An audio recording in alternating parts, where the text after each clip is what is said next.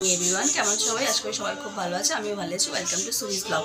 তো এখন ঘড়িতে বাজছে হচ্ছে 9:30। বাবিন গেছে স্কুলে, বাবিনের পাপা অফিস বেরিয়ে গেছে। তো বাবিনের স্কুল ছুটির সময়ও হয়ে যাচ্ছে, তো বাবিনকে আনতে যাব। আর সঙ্গে টুকিটাকে একটু বাজারও করব। তো কী করি না করি সমস্ত মানুষের শেয়ার করবো, তো ব্লগটা দেখতে থাকো। আর কালকে অতক্ষণ পার্লারের মধ্যে এসিতে ছিল না, এমনিতে একটু ঠান্ডা ঠান্ডা ভাব ছিল, আরও যেন রাত্রির থেকে যেন আরও একটু হ্যাঁচিটা বেড়ে গেল, নাকটা পুরো জ্বালা করছে। এই ওয়েদারটা এরকম না, সবারই এখন সর্দি কাশি জ্বর ভাবটা। মিস্টার হালদারেরও তাই। সকালবেলা উঠে ছেলেকে ছাড়তে গাড়ি নিয়ে যায়, বিকালে বেরোতে গাড়ি নিয়ে বেরোয়, তখন হাওয়াটা লেগেছে, ঠান্ডাটা লেগে গেছে। তো যাই হোক, অনেক বক করে ফেলাম, চলো বাবিনকে আনতে যাই। তো এই জাস্ট বাবিনকে নিয়ে স্কুল থেকে এলাম, আর সঙ্গে কিছু বাজার করলাম। তো কী কী বাজার করলাম চলো তোমাদেরকে দেখাই। কেমন কিছু করিনি, এই জাস্ট নিয়েছি হচ্ছে রুই মাছ, আর নিয়েছি একটু শসা, আর এখানে নিয়েছি হচ্ছে ডিম। তো চলো, এই হচ্ছে বাজার। তোর মাছ টাছ ধুয়ে নিই, তারপর দেখা হচ্ছে। স্কুল থেকে ফেরার পর ছেলের আজকে আবদার হচ্ছে সে এগরোল খাবে। তো ছেলের জন্য ইনস্ট্যান্ট এগরোল বানিয়ে ফেললাম, আর আমার জন্য কয়েকটা পরোটা। আর এই যে আমার চাটাও গরম করে নিয়েছি। তো এখন এই হচ্ছে ছেলের আর আমার ব্রেকফাস্ট। তো চলো ব্রেকফাস্টটা করে নিই, তারপরে। আর আজকে এগরোলের রেসিপিটা দেখাতে পারলাম না, যেহেতু খুব তাড়াহুড়ো করে করেছি, তো খুব খিদে পেয়ে গেছিলো। অন্য একদিন যখন বানাবো তো নিশ্চয়ই দেখাবো। চলো এখন আমি ছেলে ব্রেকফাস্টটা করে নিই, দেখাবো পরে।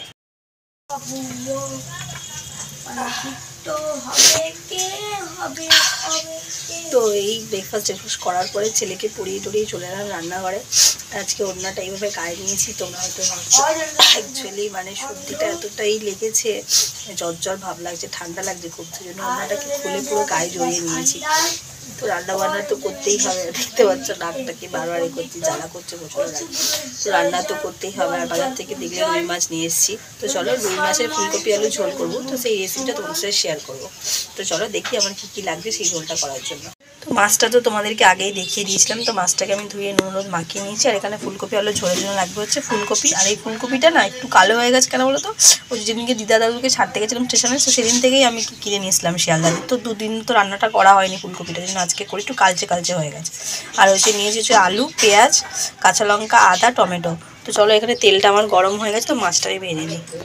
তো মাছটা এখানে আমি ভাজতে দিয়ে দিয়েছি। তো মাছটা যতক্ষণ ভাজা আছে ততক্ষণ আমি এখানে একটা মশলা করে নেবো। তো তার জন্য লাগবে হচ্ছে যে আমি আদাটা ছাড়িয়ে রেখেছি, তো আদাটা এখন গ্রেট করবো। আর এই টমেটোটা আমি কুচিয়ে দিচ্ছি না, টমেটোটাও এখানে গ্রেট করে নেবো। তো চলো গ্রেট করে নিই, তারপর দেখছি কী কী মশলা লাগছে। তো দেখো এখানে আদাটা আর টমেটোটা আমি খুব ভালো করে গ্রেট করে নিয়েছি। তো এর মধ্যে দিয়ে দেবো হচ্ছে যে মশলাগুলো লাগবে সেগুলো। তো দেবো হচ্ছে প্রথমে আমি এখানে নুন, আন্দাজ মতো নুনটা দিয়ে নেবো। আর দেবো হচ্ছে হলুদ গুঁড়ো পরিমাণ মতো, আর দেবো জিরে গুঁড়ো।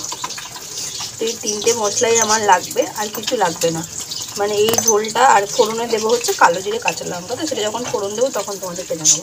মশলাটা আমার এখানে রেডি হয়ে গেল। বাকি মাছটা আমি ভেজে নিই। মাছগুলো ভেজে তুলে নেওয়া হয়ে গেছে। তো এবার ওই তেলের মধ্যে আমি হচ্ছে দিয়ে দেবো হচ্ছে যে কেটে রাখা ফুলকপিগুলো ছিল, সেগুলো এবার ভেজে নেবো। ফুলকপিগুলোকেও দিয়ে আমি হালকা লাল করে ভেজে তুলে নেব। চলো ফুলকপিটা ভাজা হোক। তো দেখো ফুলকপিগুলো আমার হালকা লাল করে ভাজা হয়ে গেছে। তো ফুলকপিগুলো আমি এবার তুলে নেব। তো আবারও ওই তেলে আমি এবার কেটে রাখা আলুগুলোকে ভেজে নেব। তো আমার এখানে ফুলকপি, আলু, মাছ সমস্ত কিছু খুব ভালো করে ভাজা হয়ে গেছে। এবার ওই তেলের মধ্যে আমি দিয়ে দেবো হচ্ছে কালো জিরে ফোড়ন, আর দিয়ে দেবো হচ্ছে দুটো চেরা কাঁচা লঙ্কা। ফোড়নটাকে আমি দিয়ে দিলাম। এবার হচ্ছে দেবো আমি কেটে রাখা যে পেঁয়াজটা ছিল সেগুলো দিয়ে দেবো।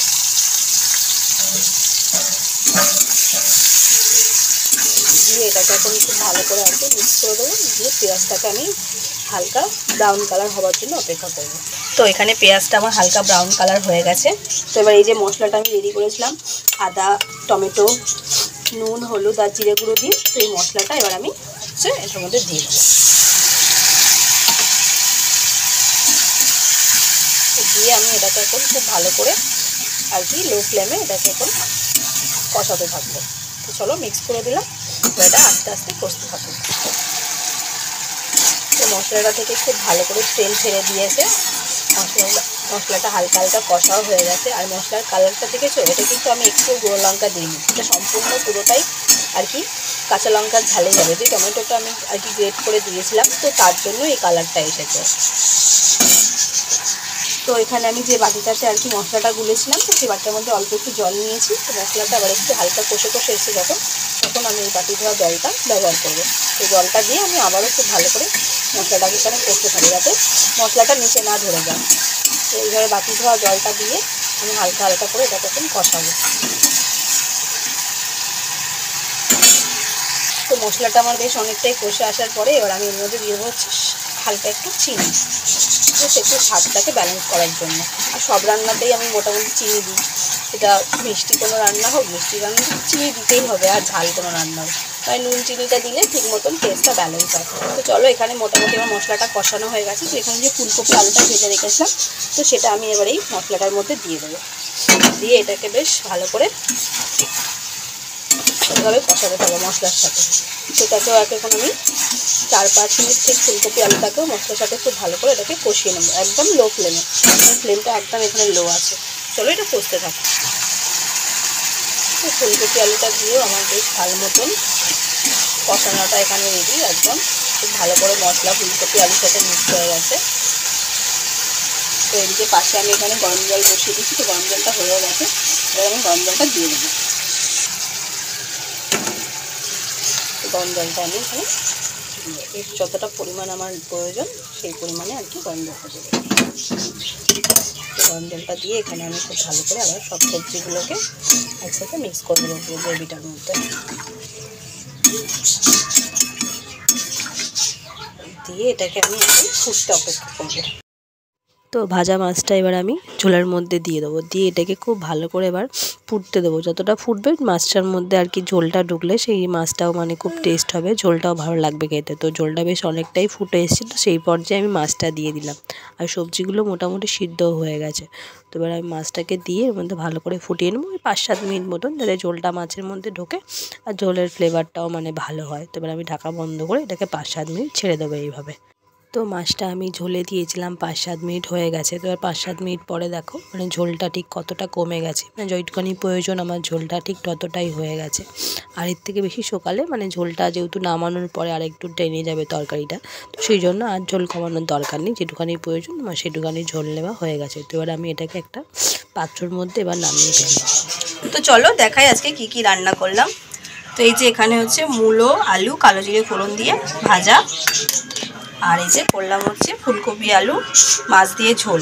তো এই ঝোলটার মধ্যে কিন্তু আমি কোনোই তেমন মশলা ইউজ করিনি, শুধু হলুদ গুঁড়ো, জিরে গুঁড়ো আর আদা আর টমেটো আর নুন হলুদ। তো এরকমভাবে তোমরা যদি ঝোলটা বানাও দেখবে খেতেও খুব সুস্বাদু লাগবে আর রিচও লাগবে। আর এরকম ঝোল ঠিক আমি গরমের সময়ও বানাই, ওটার মধ্যে তখন হচ্ছে ঝিঙে বা পটল থাকে। তো এখন যেহেতু শীতকাল পড়ে গেছে, তো সেই জন্যই ফুলকপিটা ইউজ করি। তো চলো এটাই হচ্ছে আজকে দুপুরবেলার মেনু। আর যদি ঝোলটা রেসিপিটা ভালো লেগে থাকে তো অতি অবশ্যই এইভাবে ট্রাই করে দেখো, খুব ভালো লাগবে ভাত। তো চলো খাওয়া দাওয়া করে নিই, দেখা হবে পরে। গুড ইভিনিং এভরিওয়ান, কী করছো সবাই? নিশ্চয়ই এই সময়টায় সবাই সন্ধ্যে দিচ্ছ, বা কেউ চা খাচ্ছ, বা কেউ ইভিনিং স্ন্যাক খাচ্ছ। তো আমারও ঠিক একই সিচুয়েশান। এই জাস্ট একটু আগে ঘুম থেকে উঠলাম, উঠে ফ্রেশ ট্রেশ হয়ে সন্ধ্যে দিলাম, দিয়ে এখন মায়ের চা করা হয়ে গেছে, চা খাবো। চাটা খেয়ে দেখি বাবিনও একটু আগে উঠলো, ও দেখি কি খায়, ম্যাগি ট্যাগি খাই কি মুড়ি খাই কি খাই দেখি করে দেবো। আর শীত শীত ভাবটা পড়ে গেছে।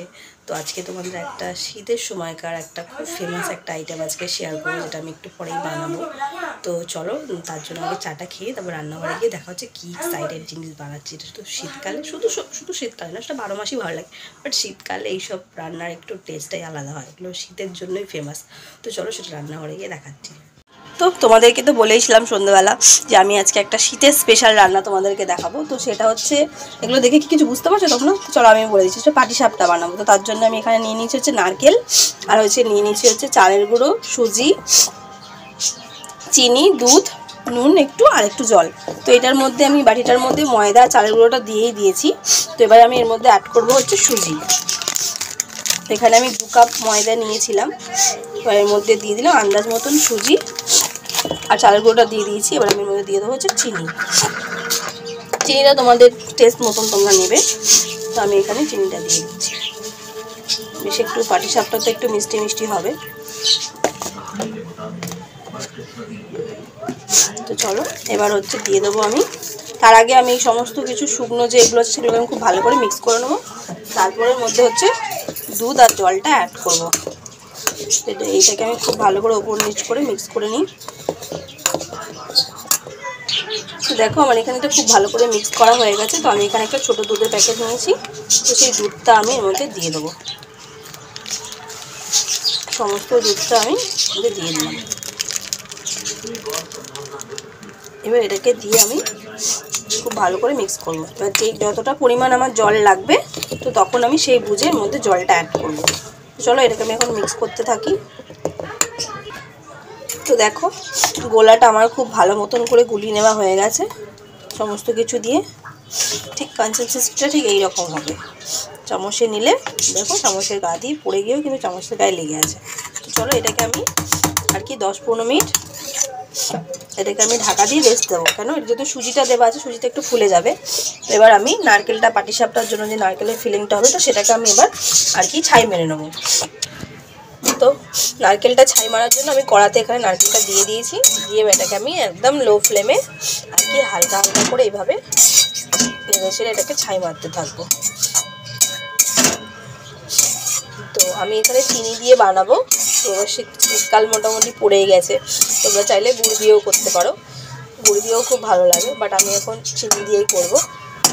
তো এটার মধ্যে আমি দিয়ে দেবো হচ্ছে 2টো এলাচ ফাটিয়ে রেখেছিলাম, তো হাত দিয়ে খুব ভালো করে ক্রাশ করে দিয়ে দেবো। তো এটাকে আমি একদম লো ফ্লেমে খুব ভালো করে আর কি ছাই মেরে নেবো। তো নারকেলটা আমার হালকা হালকা এখানে আর কি সফট হয়ে এসছে। তো আমি সেই সময় এর মধ্যে দিয়ে দেবো হচ্ছে চিনি। তো চিনিটা আমি পরিমাণটা অল্প দেবো, যেহেতু আমার মানে যে আমি বাটিসাপটাটা করার জন্য যে গোলাটা করেছি তার মধ্যে আমার চিনি দেওয়া আছে, তো সেটা বুঝে আমি চিনিটার মধ্যে অ্যাড করবো। তো চিনিটা আমি দিয়ে এটাকে আবারও খুব ভালো করে এখন মিক্স করতে থাকবো যতক্ষণ না এটা রেড রেড কালার আসে।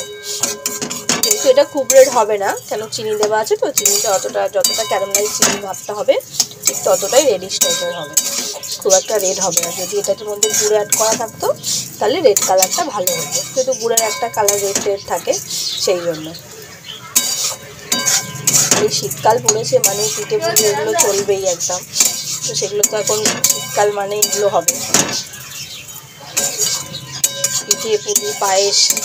শীতকাল মানেই আমাদের এগুলো মানে একটা বছরের মধ্যেই শীতের সিজনটা এগুলো আমাদের এক্সট্রা পাওনা, তাই না? তার মধ্যে নলেনগুলোর রসগোল্লা তো আছেই, ওটা তো আমার অত্যন্ত ফেভারিট। তোমাদের কার কার ভালো লাগে আমাকে কিন্তু অতি অবশ্যই কমেন্টে জানিও। আর এটা কমেন্টে জানানোরও কিছু নেই, সবারই মোটামুটি নলেনগুলোর রসগোল্লা ভালো লাগে, বাচ্চা থেকে বড় সবাই খুব পছন্দ করে। তো চলো এটাকে আমি এইভাবে এখন ভাজতে। তো নারকেলটা আমার এখানে খুব ভালো করে আর কি ছাই করা হয়ে গেছে। দেখো একটু কালারটা চেঞ্জ হয়েছে, খুব একটা এর থেকে বেশি কালার চেঞ্জ হবে না যেহেতু চিনি দেওয়া আছে। তো এবার এটাকে আমি এবার নামিয়ে নেবো, তারপরে বাকি মেন প্রসিজারটা দেখাচ্ছি। আমি এখানে বাটিসাপটাটা করার জন্য প্রথমেই আর কি চাটুটা গ্যাসে বসিয়ে দিয়েছি, আর গ্যাসটাকে আমি এখানে সিম করে রেখেছি। আর এই যে দেখো গোলাটা আমার এখানে পুরোটা একদম রেডি 15-20 মিনিট রেস্ট হওয়ার পরে। আর নারকেল ভাজাটাও তো হয়ে গেছে। তো এবার আমি এখানে বাটির মধ্যে রেখে ঘি রেখেছি। তো এবার এই ঘিটাকে আমি ব্রাশ করে দেবো। এখানে ঘিটাকে ব্রাশ করে দিলাম। এবার যে গোলাটা আছে সেটা আমি চাটুর মধ্যে দিয়ে দেবো, বেশ ভালো করে নিয়ে আমি এইভাবে দিয়ে দিলাম। দিয়ে এটাকে আমি সব দিকে খুব ভালো করে আর কি ছড়িয়ে দেবো, বলে মাঝখানে থেকে যাবে আর চারিদিকটা আর কি পাতলা থেকে যাবে। সেই জন্য আমি চারিদিকটা সমান করে দিলাম, দিয়ে এখানে এইভাবে টেনে দিলাম। আর এটা যদি তোমরা ননস্টিকের চাটুতে করো তো আরও ভালো, আমি এখানে লোহার চাটি ইউজ করলাম। তো এবার যে ভেজে রাখা নারকেলটা ছিল তো সেটা আমি একটা দিয়ে এইভাবে মিডিলে দিয়ে দিলাম। যতটা পরিমাণ ফিলিং তোমরা দেবে ততই টেস্টি হবে। তো আমি এখানে 2 চামচ আর কি ফিলিংটা দিয়ে দিলাম। তো চলো এটা হচ্ছে এবার মেন ভাইটাল পার্ট, এটাকে টার্ন করা। তো দেখি এটা কেমন ওঠে, এটা হচ্ছে মেন ইম্পর্টেন্ট। এইভাবে যদি ভালোভাবে ওঠে তো ভালো, ব্যাস আমার বাটিসাপটা একদম সাকসেস, যদি একবারে এইভাবে উঠে যায়। সেম করে সেম সাইডটাকেও আমি এইভাবে তুলে নেব, দিয়ে এটাকে ফোল্ড করে দিলাম। তো খুব ইজিলিভাবে দেখো উঠে গেল, একটু ফিলিং বেরিয়ে গেছে। তো আমি এটাকে ভেতরে দিয়ে দিচ্ছি।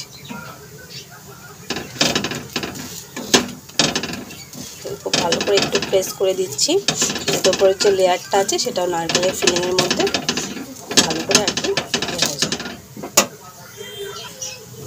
তো এখানে আমার একদম ফার্স্ট নাম্বার বাটিসাপটা একদম পুরো রেডি। দেখো এটাকে আমি খুব ভালো করে তুলে নিলাম। তো দেখো ডান। তো ঠিক এইভাবেই আমি বাকিগুলোও কমপ্লিট করে নেবো আবার। তো আমার এখানে সমস্ত বাটিসাপটা কমপ্লিট, দেখো কেমন দেখতে হয়েছে। তো তোমরাও এইভাবে বানিয়ে নেবে বাড়িতে, একদম খুব টেস্টি অ্যান্ড খুব ভালো লাগবে খেতে। তো যাই হোক, আজকের ভিডিওটা এতটাই। যদি ভালো লেগে থাকে তো লাইক, কমেন্ট, শেয়ার, সাবস্ক্রাইব করে দেবে। সবাই ভালো থাকবে। তো দেখা হবে কালকে। আর এই মিষ্টি দিয়ে আজকে ভিডিওটা শেষ করলাম। বাই।